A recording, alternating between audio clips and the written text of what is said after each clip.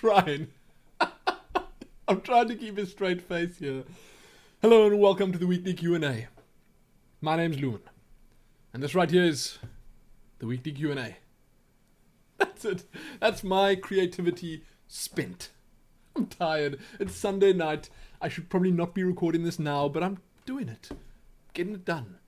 Because I had a look at the questions. I was collecting them to do the Q&A tomorrow, but I was just keen for it.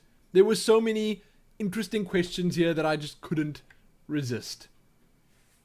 So I'm doing it. It's done. It's happening now. I also actually wanted this to happen earlier in the weekend because I had plans to record the Q&A on the farm to change the scenery a little bit, but we just didn't find enough time to ourselves, and I forgot my camera here. So I suppose that kind of messed that idea up, but next weekend it could potentially happen. The only sad part is that my camera has a limit of 1 hour's recording. The little handy cam that I've got, when I set it onto the high quality setting at least, then it can only record for 60 minutes, which should be enough if you guys don't leave too many questions, or I just gotta rush through it. Even if there are a lot of questions, I just gotta rush through them, get them all done. And next weekend when we go to the farm, I'm also going to try and get a paperbird video recorded. It depends on the weather. If the weather is terrible, if it's like raining or windy or something like that, I'm probably not going to get it done. But if the weather is decent enough, then I want to record a quick vlog type guide video at the location that we've chosen for the wedding, because it directly ties into the paperbird project. All our birds are going to be hanging from the trees and from everywhere else they can possibly hang. I'm not going to tell you about it now, not more than I've just told you, but it's going to be amazing. That's it. Done. We were on the farm this weekend for my brother-in-law's birthday, and next weekend is my father's birthday. So that's okay. We're just going to go for one night. So we drive in the afternoon, we come back the next, I don't want to say the next morning because that's too short a visit. We'll probably come back the next afternoon and we'll braai there. We might go out for breakfast in the morning at the local restaurant and it'll be fun. It'll be very fun. But now, we're going to get started on the questions before I ramble on for too long. Kevin Whiteman. Has Bungie actually said that Destiny's coming to PC? I thought they were simply looking at it. I think they are simply looking at it, but I also think that companies nowadays have gotten to the point where they don't just ignore the PC as a gaming platform anymore. The potential sales and everything else involved in it for them and for Destiny, for their new game, is just too great to ignore. Truly. PC gamers are very passionate, and I think there have probably been a couple of different petitions going around, and I think it came down to them just saying, if there's enough interest, we'll get it on PC. I'm actually kind of sure that that's almost exactly what they said. If there's enough interest, they'll get it on PC. Not 100% on that, but I think it went something like that. And I actually said to Helene before that they're going to play it in the same way as they're going to be doing with GTA. Rockstar are going to be doing with GTA. So GTA 4, and I've probably said this to you guys as well, they're going to be releasing it on current gen consoles. Everyone's going to buy it for current gen consoles. Everyone's going to buy the current gen consoles to buy and play GTA 5. Then, when that initial hype has just simmered down a little bit, then they're going to release it for the next gen consoles. Same thing will happen. They'll sell a bunch of the copies of the game, they'll sell a bunch of the next gen consoles, and so on and so forth. Then when that's simmered down, they'll announce the PC version. Not release it, announce it. Then all the PC gamers will be so keen that they won't be able to contain themselves. They'll go out and they'll buy the console version of it. And then a couple of months later, it'll release on PCs. They'll go and buy the PC version of it as well.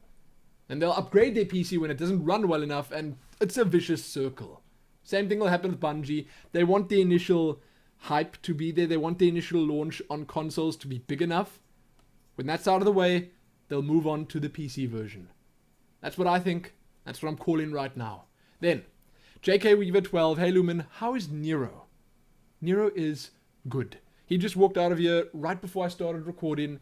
He was having some skin problems again recently, but it seems to have sort of calmed down now. He had a stomach problem a little while ago where he had like gassy intestines or something, but that was also dealt with. He's a problem-prone dog. He's a sensitive guy, and we try and deal with the issues that he has as quick as possible. But overall, in general, he's really happy. I mean, we just came back from the farm. Of course he's happy. Of course he's happy. Oh, and in Cube World, would a Minotaur race look interesting? Yes, I've seen a Minotaur race on Reddit, and I personally thought that the character style in Cube World really suits that kind of race. You know, with the big heads, and they can have the little horns on top. I think it's really cool. Minotaur Tauren type thing, very cool. I would like that. Then, Evan Junklaus. When Mass Effect 4 comes, are you going to do an adventure-worthy or possible playthrough? Because I just got Mass Effect 3 and I'm loving it. I hope you and Lean and Nero are doing okay. Have a wonderful day. Thank you very much. We're doing great, as I just said. And Mass Effect 4, wow. So we know very little about Mass Effect 4 at the moment. We do know that it's going to be in the same world. It's going to feature a lot of the same type of stuff. But we don't know about the characters just yet. And we do, for a fact, know that the same story arc that was told in Mass Effect 3 is not going to be there. You know, you may see some crossovers because they'd want to do that to pull the Mass Effect crowd back in. So there's going to be a lot of familiar stuff in there, obviously. It's the Mass Effect universe. But we don't know much about the story yet. We don't know much about how the game is going to play, what kind of game it's going to be. Who even knows? But I can tell you right now that I am keen for it because the Mass Effect series was one of my favorite gaming series of all time, and I'm just interested to see what they do with Mass Effect 4. As for an adventure-worthy or possible playthrough, it's way too early to tell. I mean, firstly, the game could potentially be terrible. I know it's, as I just said, way too early to tell, and me saying that, well, I don't want to sound mean or anything, but you never know nowadays. You never know. But I'll definitely do something when it comes out. So if I don't do a full playthrough, I'll do an adventure-worthy. If I don't do an adventure-worthy, maybe I'll do a full playthrough. But I don't know where my channel is going to be at that time.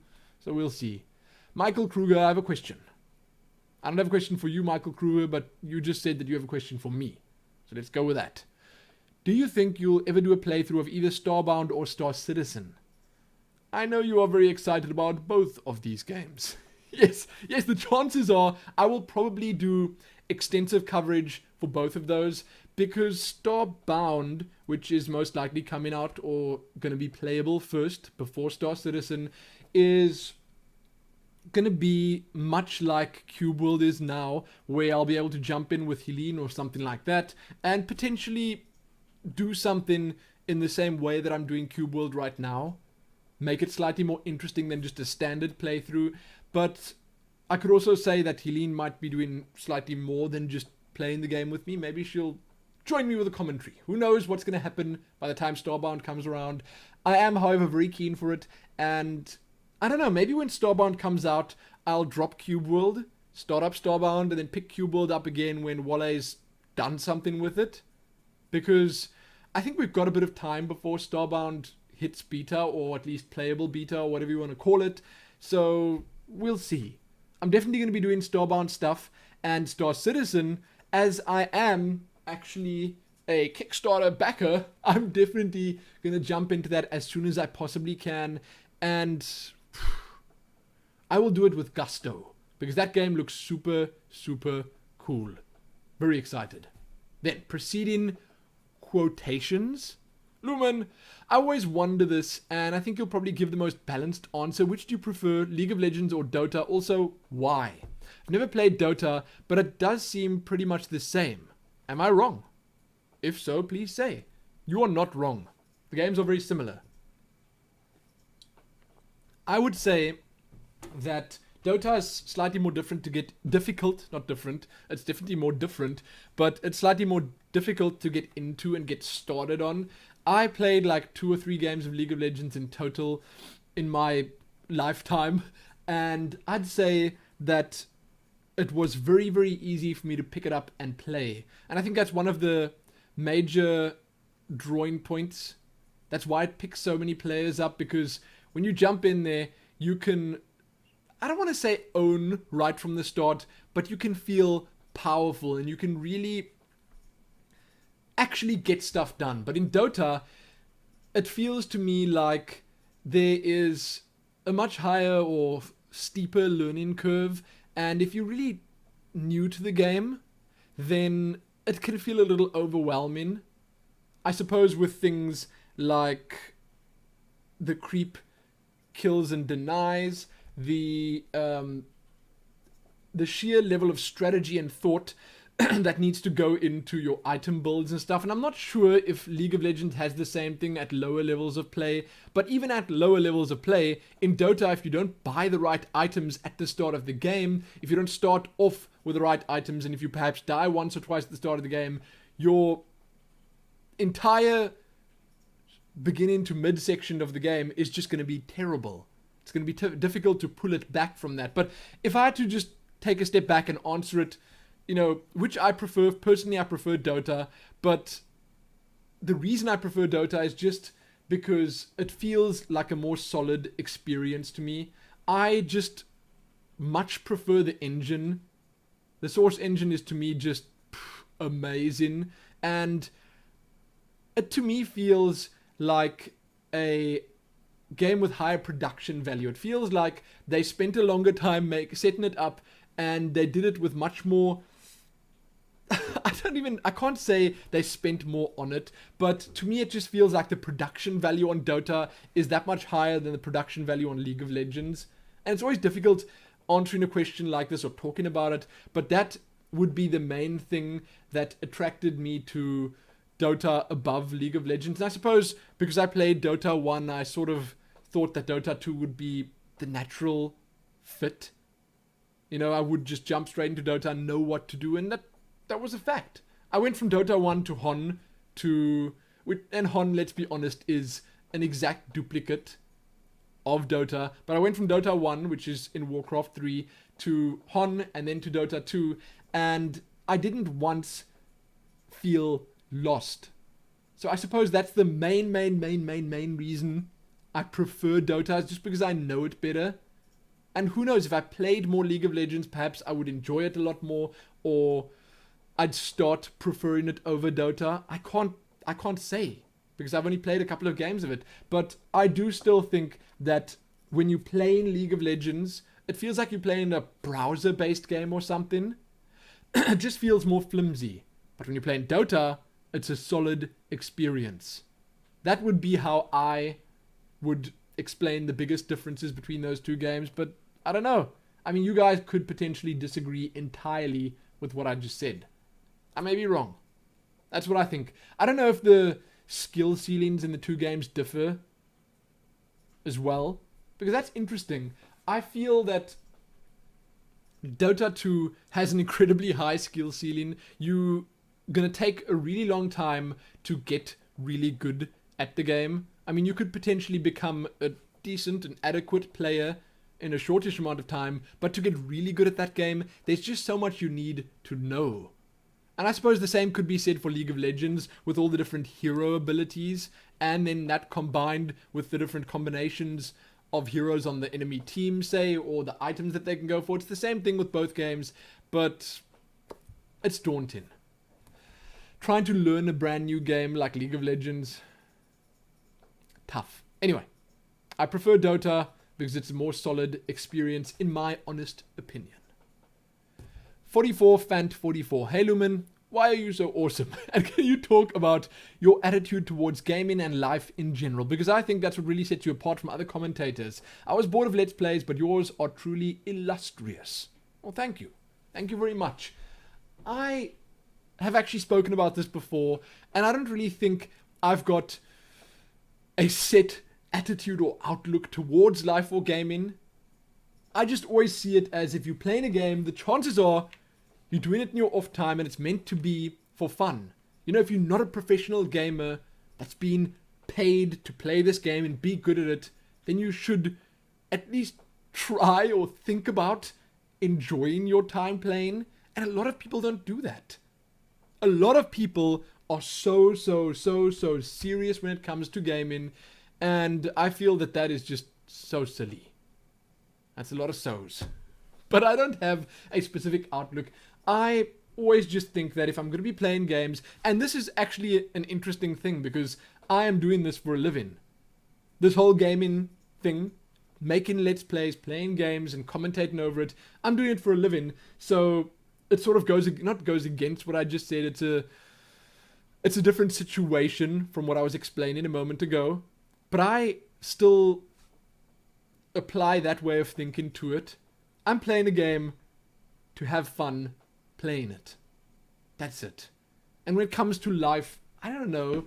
I don't always have a positive outlook on everything. I can be negative at times. Of course I can. I have off days at times as well. On those days, I just generally end up not recording videos. Mainly because they end up being really bad. Not bad as in negative, just bad as in I'm not feeling it. So then I just don't do it. But, I mean, I don't really have a set of rules or philosophies or anything like that when it comes to life. I just try and enjoy myself. I try not to take things too seriously. And by things in life, I mean things like money. And if you have a problem, then try and fix it. Don't worry about it. Don't mope around and sulk about your problem. Try and fix it. Tackle it head on. That's sort of just a little side tip that I'm giving you there, but it is the kind of thing, those are the kind of things that I would rather just tell you about my attitude towards gaming in life. I don't know, every time I talk about this, I seem to bring something else up or mention some other facet of my views of life to you guys. So if you go back and watch all my Q&As, you'll have the complete picture. That's it. That gives you an excuse to go back and watch the rest of them. Now, Isabella is back with another question. Hi Lumin, do you think your YouTube career has changed the way you play games in any way? Broad question, I know, but I would like to see your interpretation of it. Do you prefer games giving you story, giving you the story straightforward, or do you like games like Dark Souls, where the story is deep but you have to search for the answers? Do you like food with lots of flavor, or a more mild taste? I'm wondering if those are all separate questions, because if you look at all of that, then in the grand scheme of things, they could all be the same question. Wow. Isabella, that's intense. So, has my YouTube career changed the way I play games in any way? Not really. I suppose it's changed the amount of different games that I play. I mean, I suppose if I wasn't doing this, I would, or the chances are I would be sticking with one game. The chances are also good I could potentially be finishing more games, playing more single player games and playing them all the way through if I wasn't doing this, because I'd have more time to do that. But I don't think it's changed the way I play the actual games themselves, though, because I've always had a very completionist attitude when it comes to gaming. And I don't just mean completionist in the sense that I want to get all the achievements, because that's not really how I do it. I mean more completionist in that I want to see everything and experience everything that the game has to offer. So I kind of go out of my way to find all those things, or see all those things, or experience all those things. So that's much the same now as it was back when I played. I suppose I also used to play games to be good at them, and I don't really do that anymore. I actually don't do that at all anymore. Nowadays, when I play something like Dota 2, which has come up in this Q&A, I play it to enjoy the game, to experience it with these other people that are playing it with me, and I just do it for the enjoyment. I don't do it to... I suppose I do improve while doing that, but I don't go into it thinking to myself, okay, this game I'm going to work on this, this, and this, or this game I'm going to try this hero because I want to improve this, this, and this. No, I just go in with the intent of having fun.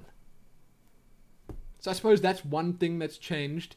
I used to actually, and I suppose that's not because that's not because I've started on YouTube. That's just because I grew a little bit older and saw the futility in trying to be the best, the very best, like no one ever was. I just don't see the point in it anymore. So, that's what's changed. As for the story in games, I like both equally because I feel that even games without stories being told in them straight up can be a lot of fun if you just immerse yourself and accept everything that the game has to offer and try and pay attention to what's going on. The game can be just as fun.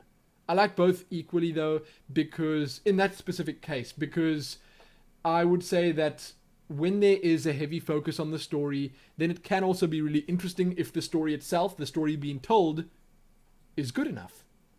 So there. Then, I'm going to answer all of these, even if they are the same question. Do you like foods with lots of flavor or a more mild taste? I'd say lots of flavor, just because if it's a mild taste, I'll probably end up putting salt and other spices or something on it, or sugar in different foods' case. So I'd say stronger taste. Thanks for answering all my questions each week. Isabella, it's my pleasure. Then, Kevin Flynn. Hey Joe Swin. It actually says, hey Joe. I like it. You mentioned in your last Q&A that you're a coffee drinker. How do you drink it? Black or with milk and sugar? Oh, and please do the Break of Dawn quest in Skyrim. The weapon you get is very cool. I've never heard of that quest. Unless I have it, then I have heard of it and I've just forgotten about it. Now, I drink my coffee with milk and no sugar. That's it. I put a reasonable amount of milk in. So I'd say if this was my mug, I would probably put milk in till about there, just below the waterline there. And I do that just so that I can immediately drink the coffee. But I don't want the coffee being like lukewarm. So it needs to be hot, but not scorching hot. If you get what I'm saying.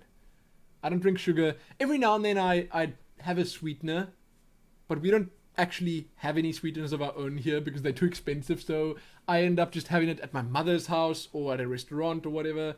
That's fine. But, I've got nothing against sugar. And I definitely like a sweet coffee every now and then, but not too sweet. Sweet to an extent. I prefer drinking it without sugar or anything like that because generally if you get decent enough coffee, then the taste of the coffee is enough. It really is. I mean, if you've got a good tasting coffee, my parents have a coffee machine on the farm, so they grind the beans. You put the beans in the machine on the one side, you put the water in the other side, you put your mug there, it grinds it for you, it pours some hot coffee in the mug. That is really good coffee. I would never taint that coffee with sugar because it just tastes so good. Anyway. Now, the Madness Eye. Question. Did you like the Pacific Rim trailer? Have you seen the movie? If yes, what do you think about it? I love the look of the trailer. I haven't seen the movie yet. We never really get to go to the movies. So, or at least we haven't I'd say in about a year and a half, if not longer. The last thing we saw at the movies was probably Twilight. And it wasn't even the latest one. It was the one before the latest one or the one before the latest one. I don't even know. But it's been really long since we've gone to the movies. I don't know if it was Twilight. But we never get to see the movies as they come out. We'll wait for them to come to DVD or whatever, then get them at that time. But I did see the trailer for Pacific Rim, and I thought that it looked like a lot of fun. And that's it. It looks like a lot of good action and a lot of good fun. Definitely not something you should take seriously, but the special effects look great. The idea behind it is kind of cool, so I'm super keen to see how it plays out. And who doesn't like big kaijus? And those big mech-like things. straight from Evangelion. Who doesn't like that? I do. It's actually funny. Helene's brother was telling me the other day that he's almost sure that they just took Evangelion and ripped all the parts that they liked from it and made this sci-fi movie with those ideas.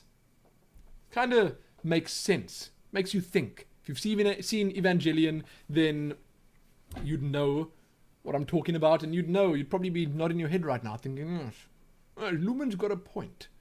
That does make sense. You're welcome. Next. Ooh, this is an interesting question. Mulder22. Hi Lumin, can you please talk a bit about YouTube monetization and your experience with it? And why your nose is itching. Let's talk about that for a second. I don't know why my nose is itching. I'd like to ask it, but the chances are it would not answer me. I would not get a reply from my nose, no. No, and if I did, it would probably be something like, and I wouldn't know how to interpret it in the least. So you know what, I'm not going to bother asking. Not. Instead, I'll talk about YouTube monetization, my experience with it. Can you monetize a video even if you put like 10 seconds from some soundtrack in it?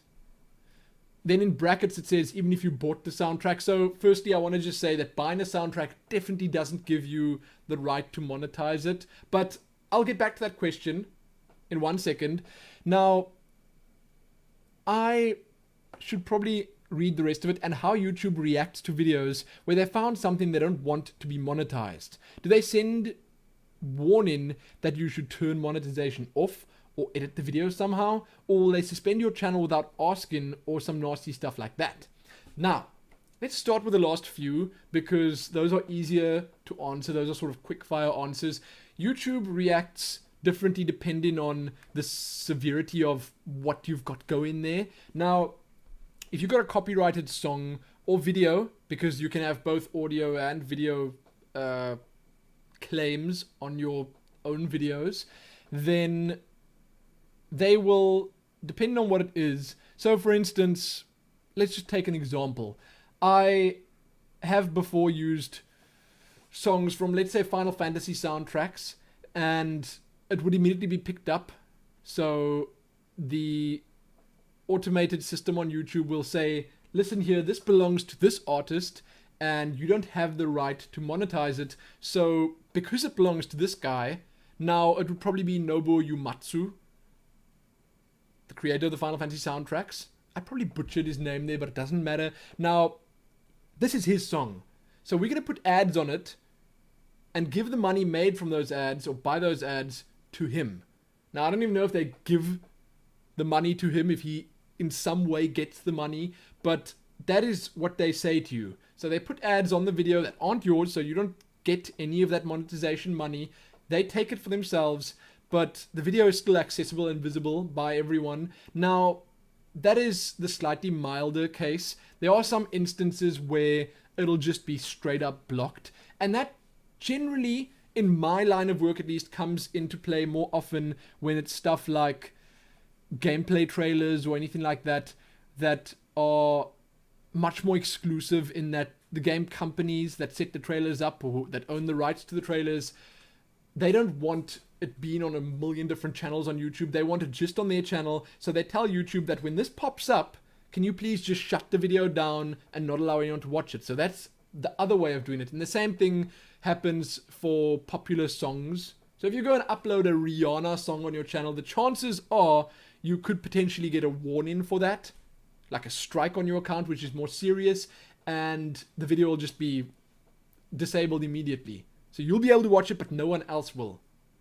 That's how the more serious versions of it work. But there are obviously ways to avoid these videos getting tagged, because it's all automated. So if they get flagged for a song or something, and you desperately want that song in your video, or at least some variation of that song, you could probably find a way around it by changing the pitch of the song slightly so that the little automated system doesn't pick it up, or by using snippets of the song, like you were just asking there.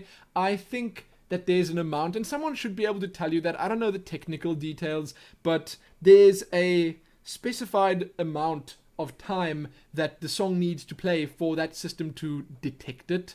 So it could be 15 seconds. Then you could potentially put a 14-second clip in your video, and then it won't pick it up. It won't detect it at all. I've done that. Not with songs or music, but with little clips of trailers and stuff like that from games that I use in my news episodes that I desperately wanted in there, and I had to find a way to make it work. So what I did was I chopped the trailer up into pieces, used a piece of the trailer, then I used a screenshot of the game or something like that, or something else. Then I used another piece of the trailer, and a good example would immediately just be, right off the top of my head, GTA 5 trailers. Those are not really... you can't upload that entire trailer on your channel without it being flagged. You won't get banned. Don't get me wrong, you won't get banned or anything like that, but they will immediately put their own ads on it, and they might block your video. So it's not bad. You'll just have that copyright claim, not a strike, a claim on your channel. So I've got a couple of those on a couple of older videos, and it's nothing. But to get by that, you could potentially put something around or over the video. You could use snippets, like I said, but they don't want you not to use it.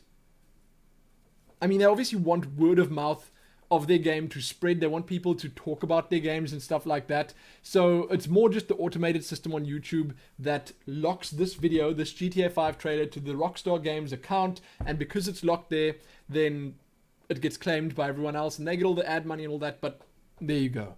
There are lots of different ways and lots of different ways around these different ways. And it's very complex, but I'm sure you can find all sorts of guides out there that'll help you with stuff like that. I suppose the best way of doing it is just not using other people's content.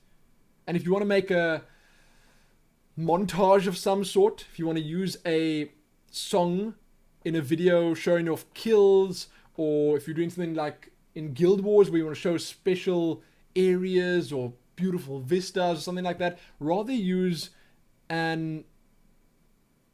I wanted to say open source song. I don't know if that's the right wording, but a song that doesn't have this problem attached to it. There are a lot of people on YouTube that make amazingly good music and just give it to the world for free to use, as long as you just credit them, as long as you say, listen, this amazing music comes from this person. And in most cases, you just got to put like a link to their channel in the description of your video, which is perfectly acceptable. Just do that. So there are ways around it, and I would say that for the most part, you should rather just steer clear of using big name stuff, copyrighted stuff.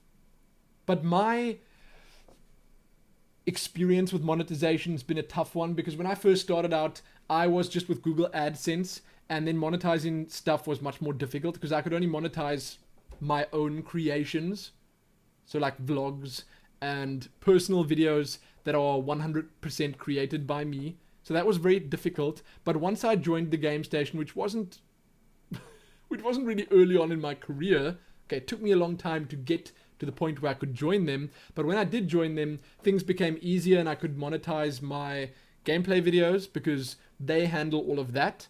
So TGS, or now Polaris, who's actually Maker Studios, they have all the licensing, the correct licensing of pretty much everything out there. So you could just post any gameplay. I can upload Metro just fine, put ads on it, it's okay. And the guys who created Metro, they won't have a problem with that because they've got a deal with Maker Studios to put ads on these videos, to have them monetized, all that good stuff. So for me right now, it's much more simple. I just click a button or two. I don't generally have to deal with YouTube a lot or with Google a lot with any of this finicky stuff. But again, I will say that it's better steering clear of any of these things. Now, if you want to join a gaming network or something like that, they'll say that you're not allowed to join in if you have any strikes on your account. But I don't think you'll get any strikes on your account if you just do things right. Copyright claims are fine. Like I, for instance, have a couple of them on my account where it's just on older newsmans where suddenly it popped up and they said, listen, this is our video. And I was like, well, okay, whatever. So my ads get removed from that video. And nowadays when I have that, then it's a bit of a pain because I upload a newsman, then I see that, okay, this little piece of gameplay here is a problem. This little piece of gameplay here is going to cause this entire video to be unmonetizable for me because they put in their own ads on it.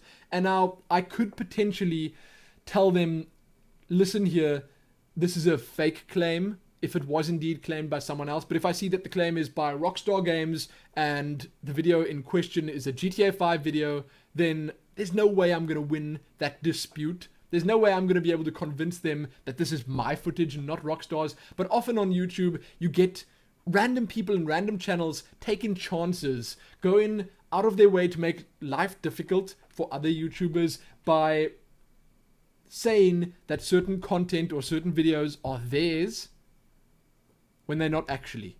I think I had problems with Far Cry Blood Dragon, and before that even with, what was the other playthrough?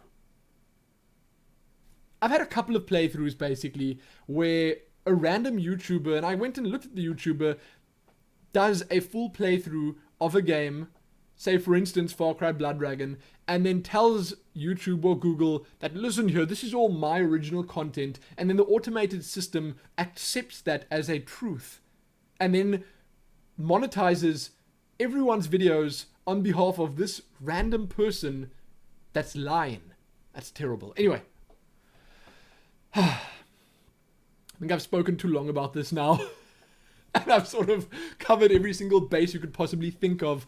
But I would say if you're going to use music in your videos, use background music for the most part. And if you've got to use music nice and loud, if you want to make a montage or something like that, try and get music from people that allow you to use it, that just want a bit of credit for it. And use that instead, because in doing that, you're supporting those people and the great work that they're doing, because most of them do great work.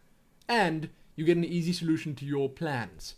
But if you're talking about monetization for games on a channel that's not partnered with a gaming network, then it's much more tricky and I wouldn't even bother. Some games, Terraria, Minecraft, I think Starbound will probably have it when it comes out, and a couple of others actually give you express permission to monetize their footage in your videos. It's in their disclaimers and terms of use and stuff like that, so you could copy paste that, give the link and all the text to YouTube and Google, and they will accept that. Then you'll be able to monetize your videos of that gameplay. But most games, and for the most part, it's not that simple. There you have it. I think I've spoken too long, as I said, and I'm done. Trevor Sherwood. Hi Lumin. Do you think you will do this for the rest of your life or your time, or do you think you'll do something else? I butchered that question, but I got the gist of it. I don't know if I'll be doing YouTube videos for the rest of my life. I can't say. It's way too early to tell, but I wouldn't be against doing something like this for a really, really long time, because I feel that it's an amazing thing growing with your subscribers. I mean, just imagine for a second where all of us will be 5 years down the line or 10 years down the line, and imagine how things would have changed, how everything would have changed. The world would have changed, the games I'm playing and covering would have changed, your lives would have changed, your outlook on life would have changed, my life could potentially have changed. Just imagine that. Imagine how interesting it would be to be able to peek into the future and see what's going on there. Now think about experiencing all of that. You know, for you guys, it's an on and off thing. You don't watch every single video I put up. Not all of you, at least. You don't need to watch every single video. You can drop in every month or two and say hi. Watch a couple of videos every month or two. But I think it's an amazing thing being able to do this and still have the ability to go back. Listen to that song. That's amazing. Can you hear that? Someone's actually phoning me at 11:27. I'm going to look who it is.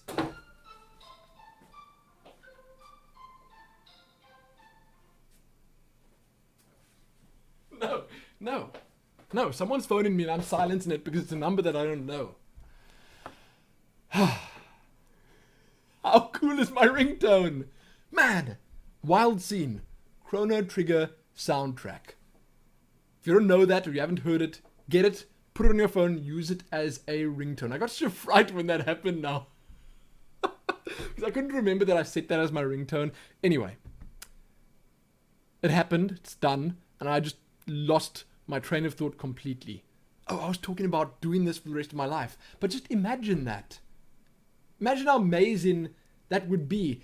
Being able to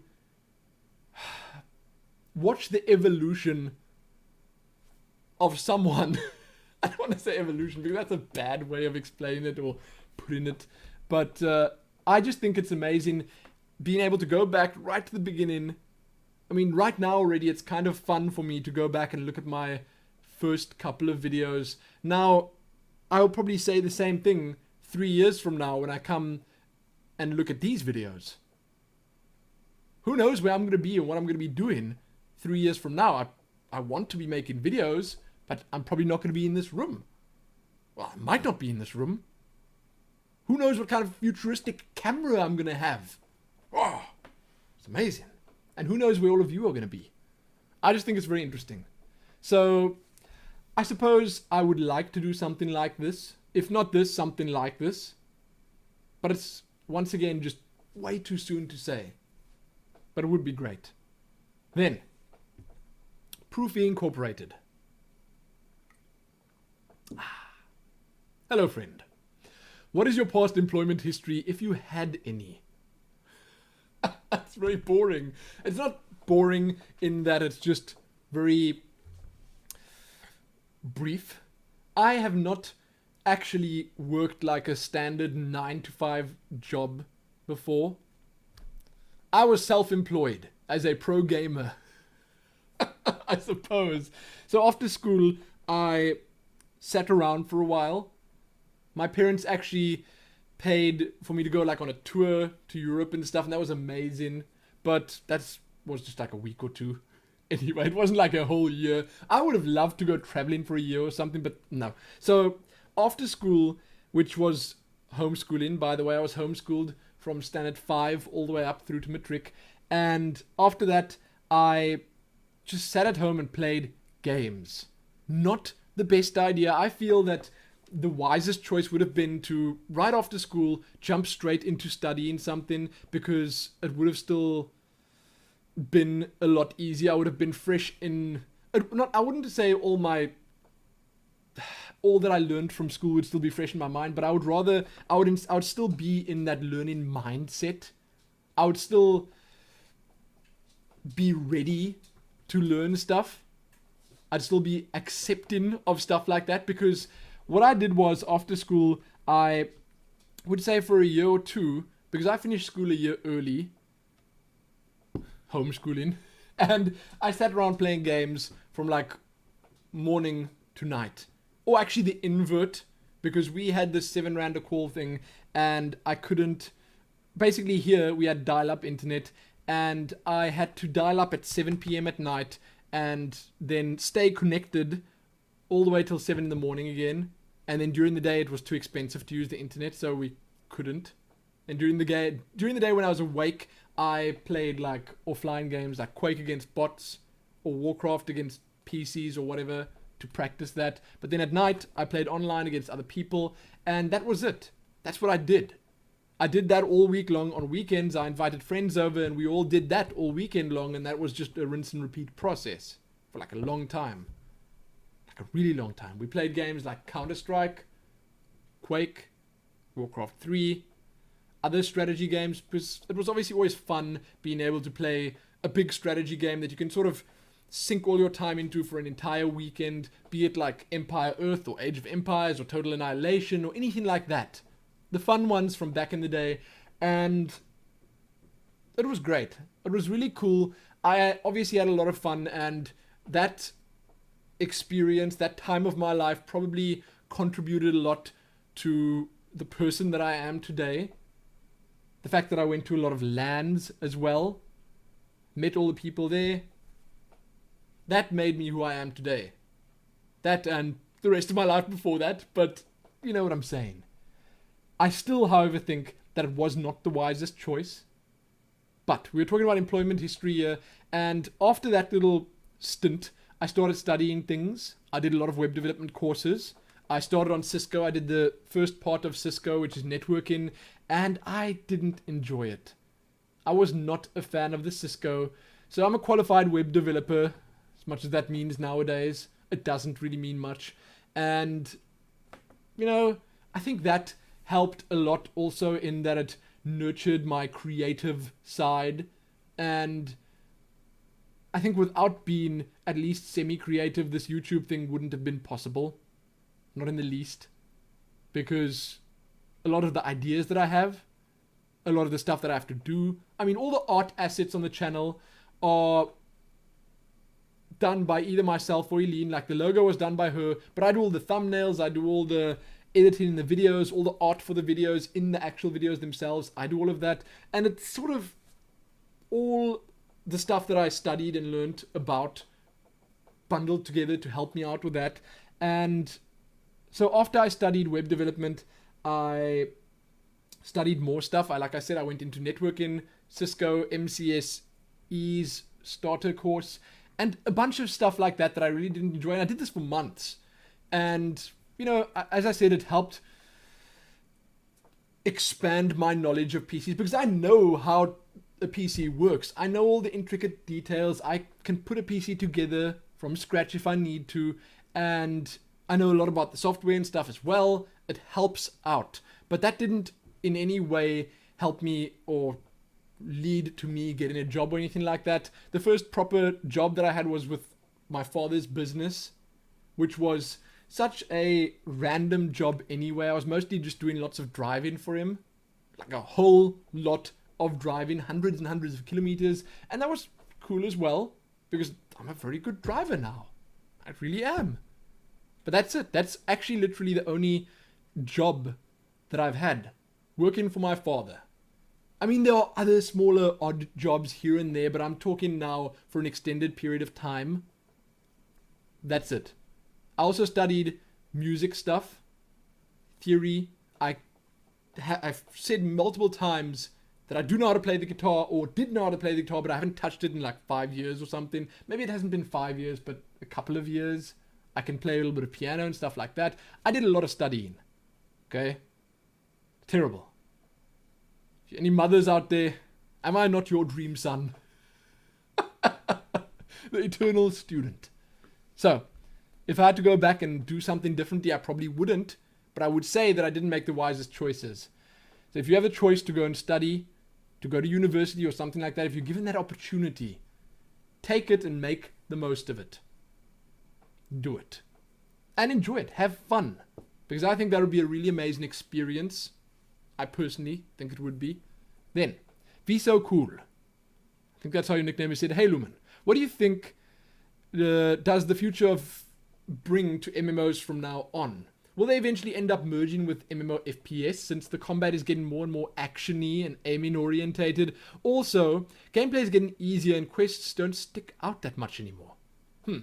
That's interesting. Because you're probably right. Seeing that like nowadays you spoon-fed the content. But I think that if you look at the bigger picture, we're going to go full circle where all of this is concerned in that. So people started out making MMOs and they were tougher for people to get into. So these game devs and stuff, they made it very difficult for you to complete quests. Let's use that as an example, because it wasn't spoon-fed to you. You didn't have a big arrow pointing you in the direction. You didn't have a big marker on your map saying where you needed to go. You had to read, and then you had to open your map and just see, like, could it be there? Could it be there? No, I might have to go and look for it. That's how it was. And that involved, like, a whole lot of immersion, exploration, adventuring.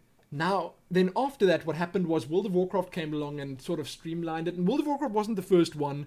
I just take World of Warcraft as an example because everyone knows it. And the style of questing in World of Warcraft is universally accepted and known as a standard. Now, that came along and simplified it even more, at least in its later years. And then people probably, started getting used to that. And then the developers thought to themselves, this is how we need to do it, but we're going to make it even easier. So then it got even easier, because World of Warcraft didn't have that big arrow unless you put a mod in. Then it got even easier, and your quests were even simpler to complete. But what I see happening now is that MMOs are trying to put more focus on exploration. They're trying to put more focus on players actually going out and finding things for themselves and playing the game in their own way and in their own style. And I feel that that is just exactly the same as we had it back in the day, but a modernized version of it. So games like Guild Wars 2 wanted that to be how people played the game. They wanted people to just run around and let things happen. They wanted players to run around and just experience the game. I think Guild Wars 2 would have been very interesting if there was no map, if there was no mini-map. Imagine that for a second. Imagine playing Guild Wars 2 without a mini-map or a world map that you can open, and you are left in this world. The events and stuff are happening, but the only way to find the event is to actually stand on top of that hill and look out over there to see some action on the horizon. Imagine that. That would be a lot of fun. That's where I want to see games going from here. Now, I don't see people removing the map or the mini-map, but the idea is what I want. And I actually do think that there are developers out there nowadays that are thinking of things like this. It's a possibility. It's something that players would be accepting of in this day and age because it is so different. Now, I personally would love to see that. I personally would love a game like that. Now, think about for a second if you were playing Guild Wars without a map and then these living story updates were happening and ArenaNet were adding new areas, new locations, new things in zones that you've already been in, but you didn't see them on the map. You had to go out there and find them. Now, players would obviously find a way around this by creating their own maps, because that's how players are. They'd put the stuff on the wiki and you'd be able to find it there. But that is where I see, or at least that's where I hope to see MMO gaming going. They're trying to make it more immersive. They're trying to make it more free. They're trying to give players control over how the game is played instead of just giving them this set of rules. I think EverQuest Next, that was released just a couple of days ago, is a good example of how developers are trying to do that. Now, I'm not sure if it's going to work, but that's what they're trying. As for the games merging with MMO FPS and the combat getting more action-y, I don't know if that's going to continue as a trend. I think that the combat and the way the game is played is a lesser aspect of this bigger picture. It's more how the player interacts with the game world, and the systems within it. And it's really going to be interesting. So I don't know what the future is going to bring in terms of MMO gameplay, but I will actually go ahead and agree with a lot of people that are saying that EverQuest Next is doing things right, in that they're trying new stuff. And Guild Wars did stuff right. I think Guild Wars is, let's just say, if WoW is version 1, Guild Wars is 1.5, and then something will be version 2 of the MMO genre. Now, I suppose that is a way oversimplified thing, because Guild Wars probably wouldn't be 1.5. It would probably be like 17.5 or something much higher up, because there have been many iterations of how MMOs work and play. But Guild Wars is halfway to next gen in the way that it's played. It's sort of just not entirely there, and I suppose ArenaNet are still going to work on it and it'll change and stuff like that, but those are good examples of how I see things evolving. So you could take WoW, which was a couple of years ago the biggest thing, then you can take Guild Wars as an example of how it's evolved since then, and you can take EverQuest Next as developers thinking even further forward and taking what Guild Wars 2 did and improving it. Who knows if it's actually going to end up being an improvement or not? We'll have to wait and see. But I'm very interested in actually getting a look at some of the new MMOs that are going to be coming out. I really am, because I think it's going to be a very interesting space and time for us to be in as players of these games, because wow, they're getting very creative. Let's just say that. Now, Matt Leakfeld. Okay, Lumin, let's keep up with the E3 impressions. This time, Final Fantasy 15. What do you think of the trailer for it? Also, as expected, it looked graphically amazing, as every Final Fantasy game does. Do you think the game will get back to an open world concept like Final Fantasy 7 and 8? Or do you think it'll stick with the extremely linear, and I thought disappointing, Final Fantasy 13? I think that 15 is going to fall somewhere between. You will not get the freedom that you had in Final Fantasy 7 or 8 again. It's not going to happen. Not in the main Final Fantasy games. Now, I'm not including Final Fantasy 14 A Realm Reborn in this. I just mean that in the main games in the series, like 1 all the way through to 9, 10, excluding 11, 12, 13, 13-2, I suppose there was a 12-2 as well.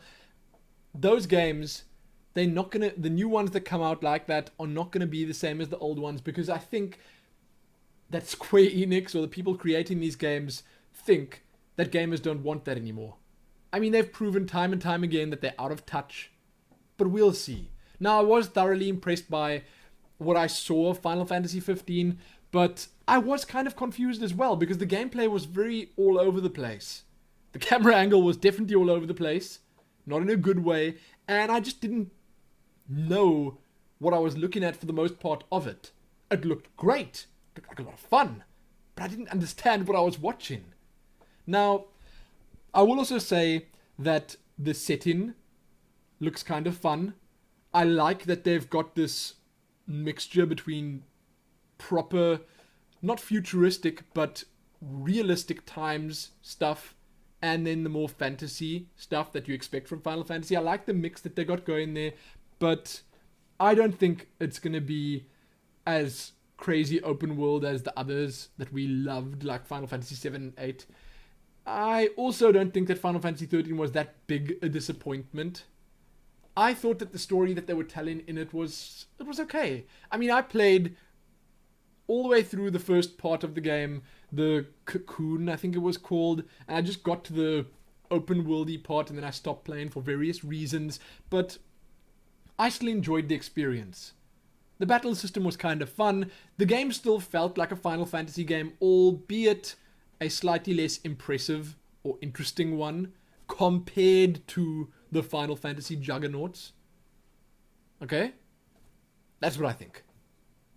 So, I'm keen for it.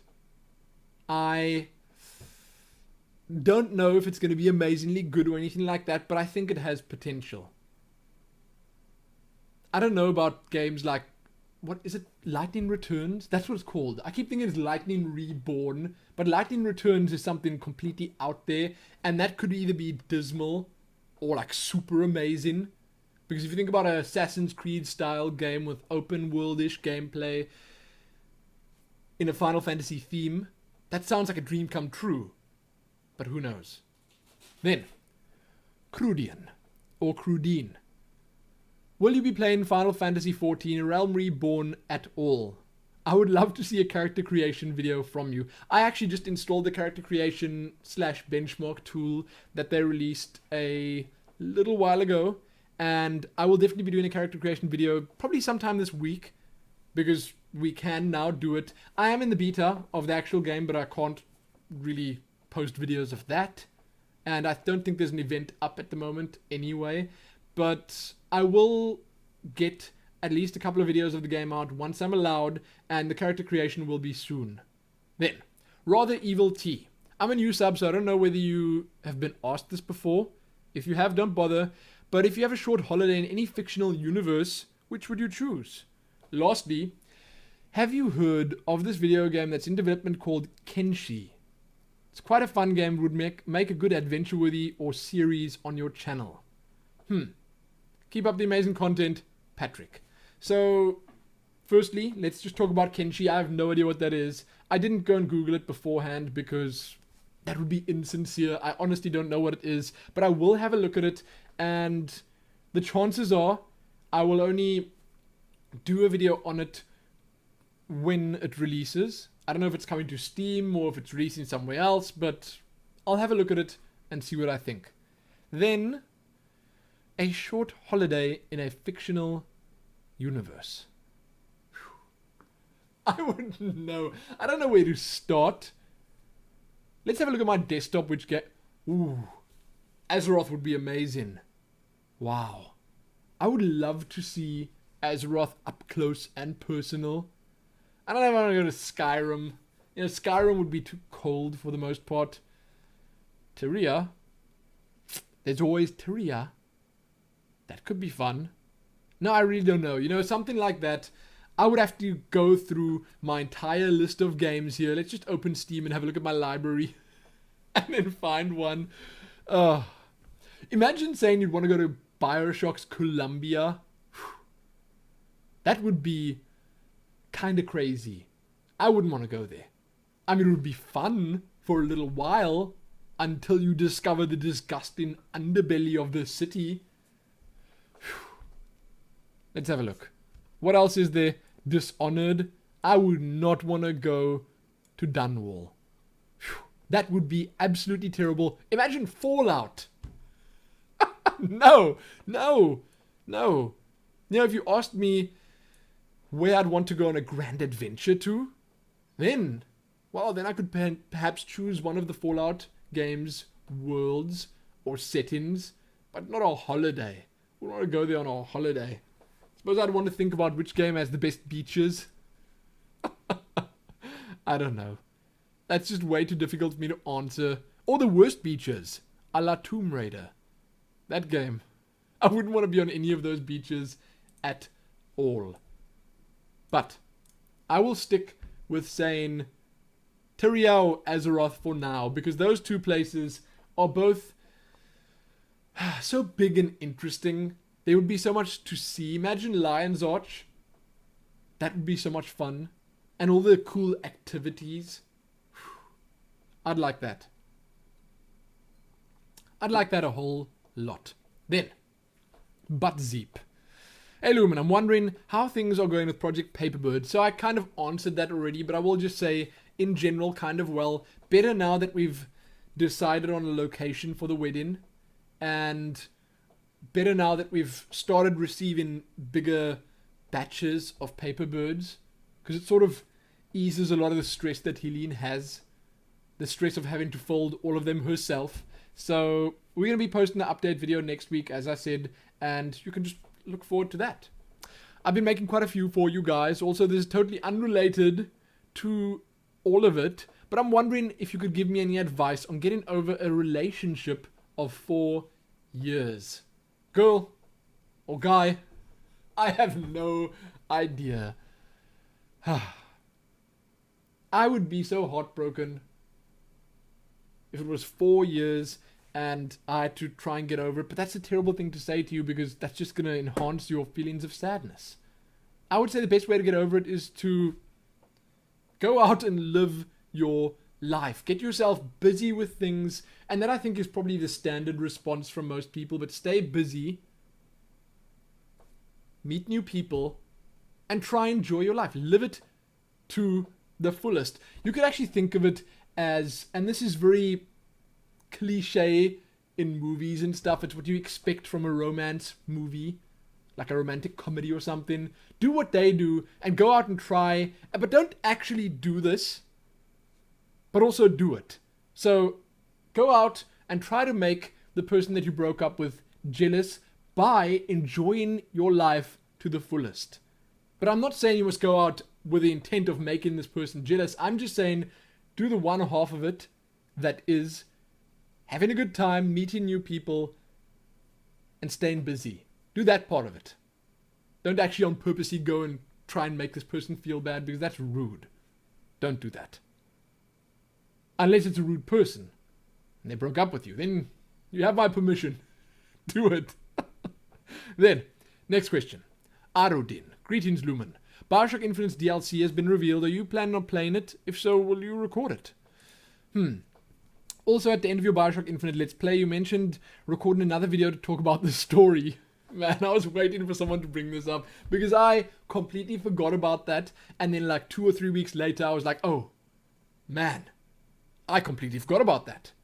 What did you think of the story, and were you able to figure out all those crazy plot twists? Now, where the DLC is concerned, I'm not going to play Clash in the Clouds. I'm not interested in the least. I don't want to play arena-style mini-games in Bioshock. Bioshock Infinite's combat, in general, was my least favorite aspect of the game. So there's no way I'm going to play a combat-focused or combat-centric DLC.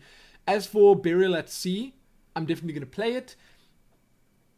Making a playthrough of it is a possibility, but I could potentially also just do an adventure worthy of it. And with that, I could potentially just do it in the way that I did the Shadowrun Returns adventure worthy recently, where I talk about the DLC on a whole, my experience with it, what I thought about it. So sort of like a review, but not as strict and formal, a more casual review. Just my thoughts and impressions of it, where I'll show gameplay, because I'll probably record the whole thing's footage, show little pieces of gameplay, no spoilers obviously, and then just tell you guys if I liked it, what I did like, what I didn't like, all of that. So I could do that or full playthrough, one of the two. I haven't decided. I'll have to see, firstly, when it comes out, and secondly, what I'm doing when it actually launches. As for the ending of Bioshock Infinite, I can sum up what I would say in a video if I had to make it now. I would say that Bioshock Infinite's story and the ending wasn't as impressive to me as actually playing the game was. Minus the combat. So, in my honest opinion, Bioshock Infinite was great because of all the little things in the game. All the little things. Things like the amazing voice acting. I suppose that's not really a little thing, but in the grand scheme of things, it could potentially be considered a little thing. Things like the amazing animations on Elizabeth and her really, really, really great AI.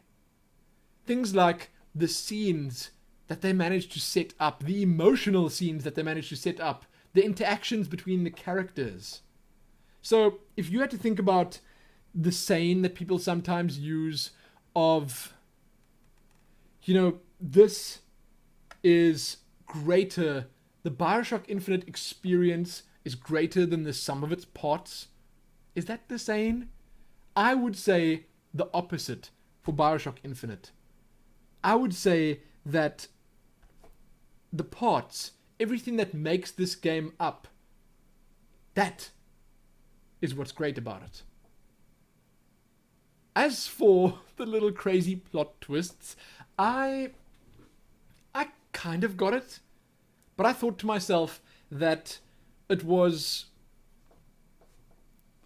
out there and crazy just to be out there and crazy. But when you think about the plot twists and the way that they've set up these infinite worlds, on a whole, if you just take a step back and think about it and consider Bioshock 1 and 2 and the history of the Bioshock series, then it makes a lot more sense. And you think to yourself, well, it makes sense. I don't know. But I feel that if you just jumped into Bioshock Infinite and you didn't play the first games or didn't know anything about them, then it would be a little bit more obscure. And the whole Booker being Comstock being Booker, the same person thing, I don't know. You know, I didn't get that obviously all the way till the end. Until at the very end, it obviously clicked when they sort of shoved it in your face and made you aware of this. But it wasn't, the whole big twist at the end wasn't as impressive to me. So the twist, which would be Booker and Comstock being the same person, Elizabeth being Anna, that whole thing, to me, wasn't as impressive as the rest of the game. I was more touched and more saddened, I suppose, more emotionally moved by the death of the songbird than the actual ending of the game. I don't know what that says about me as a person. Maybe there's a deeper meaning to it. I don't know what that says about the way I'm looking at things. Maybe it just means that I don't comprehend everything to a great enough extent to be able to fully appreciate it. I don't know. But I personally thought that there were so many truly amazing moments in the game, truly touching moments in the game, that all of them together, they kind of not ruined the ending for me, but they made it less special. Maybe it's just because I paid more attention to them, or because I personally, just me now, not other people, enjoyed them more than the rest of the people playing the game, so I didn't think the ending was as big a deal. But maybe that's what it is. I personally just didn't find the ending and the crazy plot twists that crazy. Anyway, that's it. It's difficult to talk about. It really is, because there's so much going on there. So much. With the Latesses actually being the same person as well. Why is everyone the same person? It's crazy. Everyone is someone else. Bioshock Infinite. There you go. Put that on the box. It's like Skyrim with guns. It's much better than that. Rather put what I said on the box. Now, John Smith. Lumin, how do I go about joining your Dota guild? So I'm going to try and regularly just jump into Dota 2 and invite a bunch of people in the channel that are in the Tales of Lumin channel in Dota 2. And then I'll also promote a couple of people to officers in the guild so they can also invite people that are in the channel. So basically what I'm trying to say is be in the Tales of Lumin channel in Dota when you're playing, and you'll probably get an invite at some point. Or just watch my Twitter and I will mention when I'm going to play, when I'm going to jump into Dota, and then just when I've said that, jump in. If you get in there and I'm already playing a game, just either wait till the game is done or come back when it's finished, and then I'll invite you. That's that. But it's simple enough, and I'm going to try do more Dota if, as I said before, the videos get views, likes, shares, if people like them, if people comment on them, and if people just in general enjoy the series. I'll keep doing it. Last question. From Jessica. Her nickname is Just One in Do 2. JJ. I don't know. I prefer Jessica. I'll stick with Jessica. Hey Lumin, did you play the Citadel DLC for Mass Effect? If so, what do you think about it? And if not, would you consider a mini playthrough of it? It would be awesome if you did, because that DLC is just so much fun. Warm Sands from Jessica. So I didn't play the DLC, the Citadel DLC, because I just had way too much other stuff going on at the time, and I sort of finished Mass Effect after playing it for a very long time, and it was just such a big relief that I didn't want to start any more Mass Effect up. I loved the series, as I said before, but I just haven't had the time to jump into Leviathan or the Citadel DLC. Is there another one? I can't remember. But I did hear a whole bunch of good stuff about it, and I was told that the entire voice cast came back for it, and that the story told in the Citadel DLC is actually as good, if not better, than the one told in Mass Effect 3. I don't know. A lot of people said a lot of good things, so I should probably at some point check it out. And yes, I'm keen. But that's it. I'm done. I'm at the end. If you have any questions for next week's Q&A, feel free to leave them. They can be about anything. About games, about life, about me, about Nero, whatever. Ask away. And you ask by leaving a comment on this video. But that's it. Check back soon for more. Like the video, share it, do all that other good stuff. Sorry if I'm sounding a bit tired, but it is getting a bit late. Again, check back soon for more. Most importantly though, happy leaving those questions. Happy that.